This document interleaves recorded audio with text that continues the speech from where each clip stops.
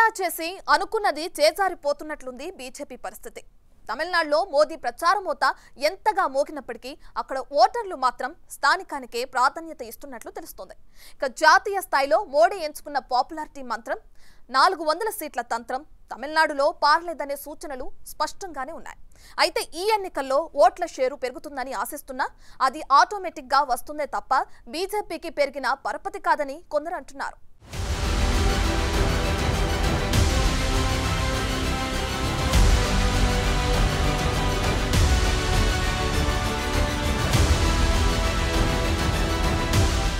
తమిళనాడులో అరక్కోణం నుండి విరుదునగర్ వరకు వివిధ నేపథ్యాలకు చెందిన అభ్యర్థులు తమ నియోజకవర్గాల్లో గెలుపు అవకాశం కోసం పోటీ పడుతున్నారు. ఎన్నికల ప్రచారంలో స్థానిక సమస్యలు, అభివృద్ధి ప్రణాళికలు, ప్రజల అవసరాలను తీర్చే వాగ్దానాలను తీవ్రంగా ప్రచారం చేశారు. అయితే ఓటర్లు మాత్రం తమ ప్రయోజనాలను ఎవరు కాపాడతారు, వారికే ఓటు వేస్తామన్న ధోరణినే ప్రదర్శించారు.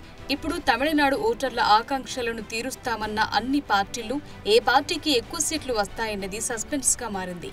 నిజానికి 1967 నుండి తమిళనాడులో స్థానిక పార్టీలకు తప్ప మరో పార్టీకి స్థానమే లేదు. కానీ ఈసారి కేంద్రంలో మోదీ ఫ్యాక్టర్ ఉందనే ప్రచారం, బీజేపీ 370 సీట్లు సాధిస్తుందనే నినాదంతో తమిళనాడులో కూడా బీజేపీ ప్రభంజనం ఉంటుందని చాలా మంది భావిస్తున్నారు. అదే క్రమంలో తమిళనాడులో ఎప్పటిలా కాకుండా మూడో పార్టీ ఎంట్రీ, త్రిముఖ పోటీ నెలకొని ఉందనే అభిప్రాయానికొచ్చారు.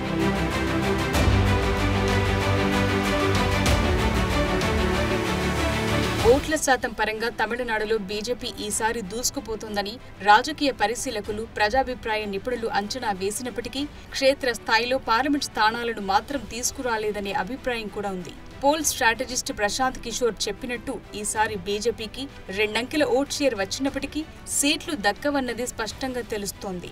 గత సార్వత్రిక ఎన్నికల్లో బీజేపీ జాతీయ ఓట్ల శాతం 37% కంటే కొంచెం ఎక్కువగా ఉన్నప్పటికీ తమిళనాడులో మాత్రం 3.66% ఓట్ షేరింగ్ మాత్రమే వచ్చింది.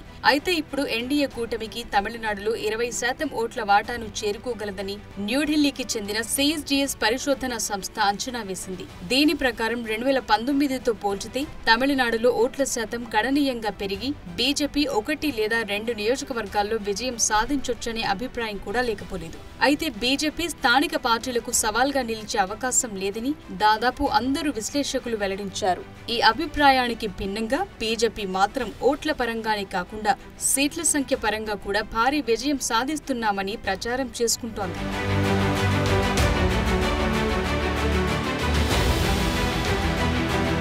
గత ఎన్నికల కంటే ఈసారి బీజేపీ నుండి ఎక్కువ మంది అభ్యర్థులు నిలబడ్డారు కాబట్టి ఓట్ల శాతం ఆటోమేటిక్ గా పెరుగుతుందే తప్ప తమిళనాడులో బీజేపీకి చోటే లేదని అధికారంలో ఉన్న డీఎంకే పార్టీ వర్గాలు స్పష్టం చేస్తున్నాయి.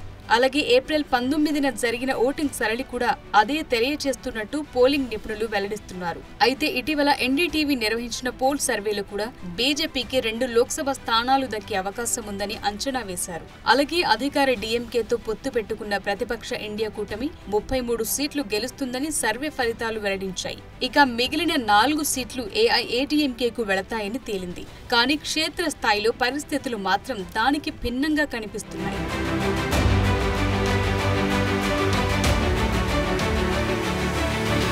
మాజీ సీఎం జయలలిత మృతి తర్వాత తమిళనాడులో ఏఐఏడీఎంకే ఘోరమైన ఓటమిని చవిచూసింది. జయలలిత లెగసీని ఆ పార్టీ నేతలు కొనసాగించట్లేదనే ధోరణి పెరిగింది. దీనికి తోడు పార్టీలో జయలలిత ఛాయను పలుచన చేయటానికి ఆ వర్గాలు ప్రయత్నిస్తున్నాయనే విమర్శలొచ్చాయి.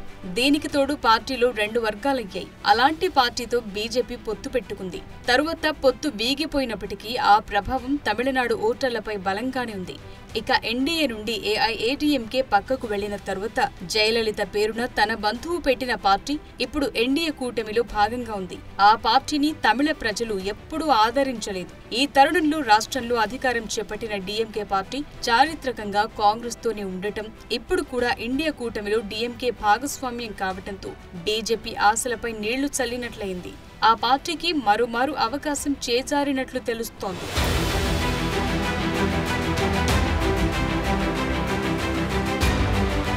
వాస్తవానికి బీజేపీకి దక్షిణాది రాష్ట్రాల్లో, ముఖ్యంగా తమిళనాడులో ఉత్తరాదిలో ఉన్నంత పట్టు లేదన్నది చారిత్రక సత్యం. దానికి ప్రధాన కారణం బీజేపీ చేసే హిందుత్వ రాజకీయాలు. అయితే దక్షిణాది ప్రజలను బీజేపీ రాజకీయం ఆకర్షించలేదన్నది నిపుణుల అభిప్రాయం. హిందుత్వం అనేది రాజకీయ ప్రయోజనాలను సాధించడానికి, హిందూ జాతీయవాద అభిమానాన్ని సూచించడానికి బీజేపీ ఉపయోగించుకుంటోందని, ఈ మాయలో దక్షిణాది ప్రజలు పడరని డీఎంకే వర్గాలు చెబుతున్నాయి. ఇటీవల లోక్ నీతి, సిఎస్జిఎస్ నిర్వహించిన పోల్లు దక్షిణాది ఓటర్లలో మతం ప్రధానమైంది కాదని తేలింది. ముఖ్యంగా తమిళనాడులో మతం వ్యక్తిగత విషయంగానే ఉంటుందని, అయితే బీజేపీ ఎంట్రీతో ఇక్కడ కూడా మత రాజకీయం చేయబడిందని డీఎంకే నేతలు విమర్శిస్తున్నారు.